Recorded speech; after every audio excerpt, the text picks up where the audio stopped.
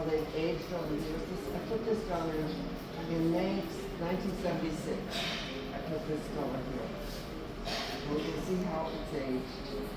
Oh, it's changed color. This is another white. This is a white. These are all from, this one is 78 also, 1970. This one's 1981, I took that one. So you can see how they've changed, or not.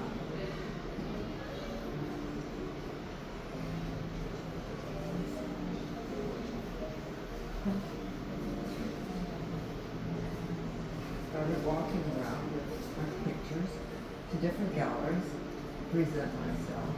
One gallery owner said, "What, you're 38? You can't start a career. It's too old.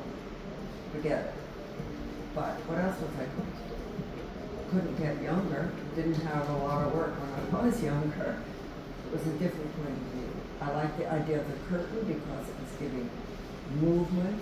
All of these things I think have psychological implications. A home, the veil, the curtain is the veil. Two ways of seeing things. Here's the landscape, here's through the veil, motion.